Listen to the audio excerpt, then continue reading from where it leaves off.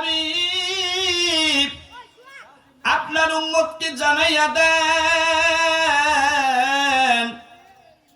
তারা যেন আমার রহমত থেকে যেন নিরাশ না হয়, আমার রহমত থেকে তারা যেন না ফিরে যায়।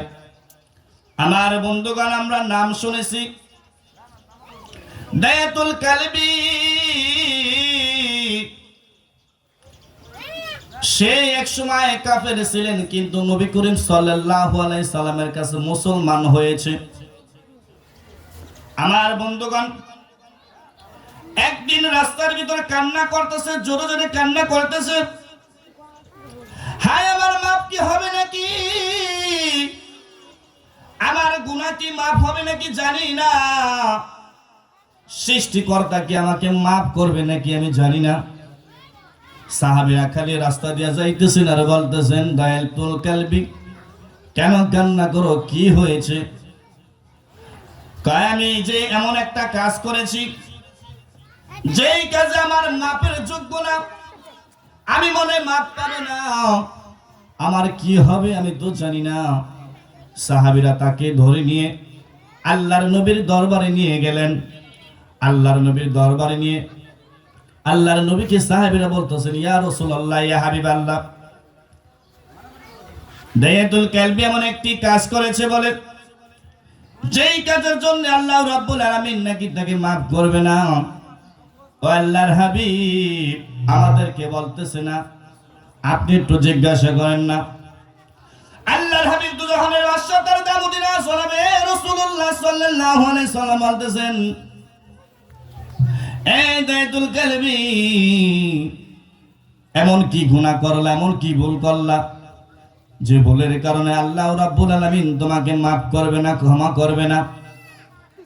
আল্লাহর নবীকে বলে, আল্লাহর নবী, আল্লাহর হাবিব, তাহলে শুনেন আমি কেমন কি করেছি, এমন কাজ করেছি যেই কারণের কারণে আল্লাহ মাফ করবে না।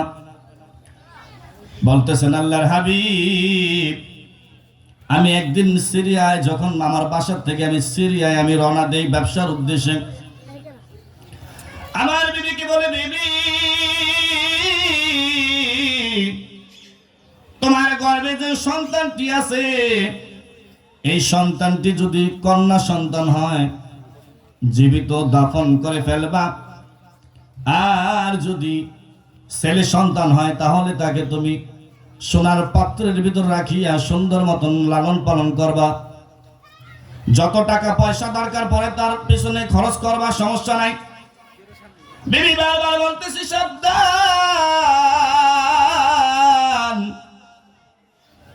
কন্যা সন্তান হইলে কিন্তু দাফন করে ফেলবা।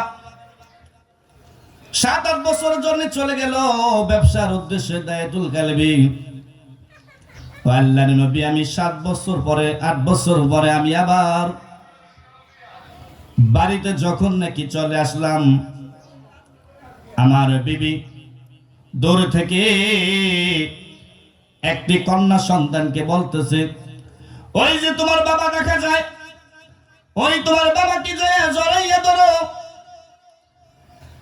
কিন্তু এই বাচ্চাটি আবার দৌড়াইয়া যাইয়া দায়াতুল কালবি জড়াইয়া ধরলেন, বলতেছেন, বাবা,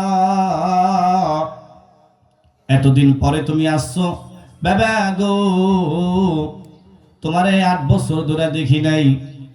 দায়াতুল কালবি বলতেছেন, ও আমার বিবি, এই মেয়েটাকে তাড়াতাড়ি বলে, মেয়েটাকে।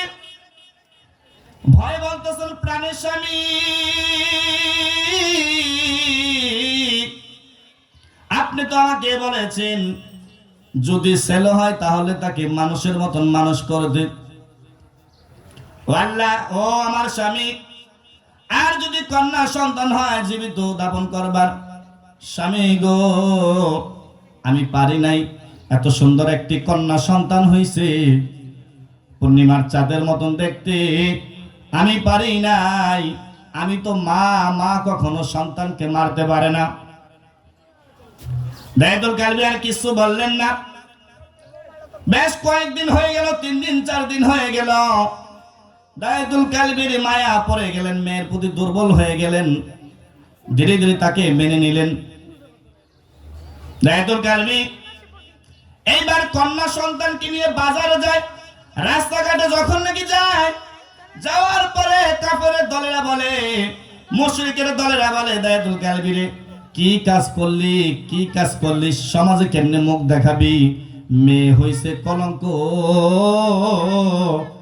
এ দায়াতুল কালবি তোমাকে সমাজে রাখা যাবে না, সমাজের থেকে তোমাকে আমরা বিতরণ করব, দূরে তুমি চলে যাও, আমাদের সমাজে থাকতে পারবা না। এই ধরনের কথা যখন দায়াতুল কালবিরে বললেন, দায়াতুল কালবি মনটা খারাপ করে বাসায় আসলেন, সিদ্ধান্ত নিলেন এই মেয়েকে দাফন করব, যেমন হোক জীবিত দাফন করব, এই মেয়েকে রাখা যাবে না।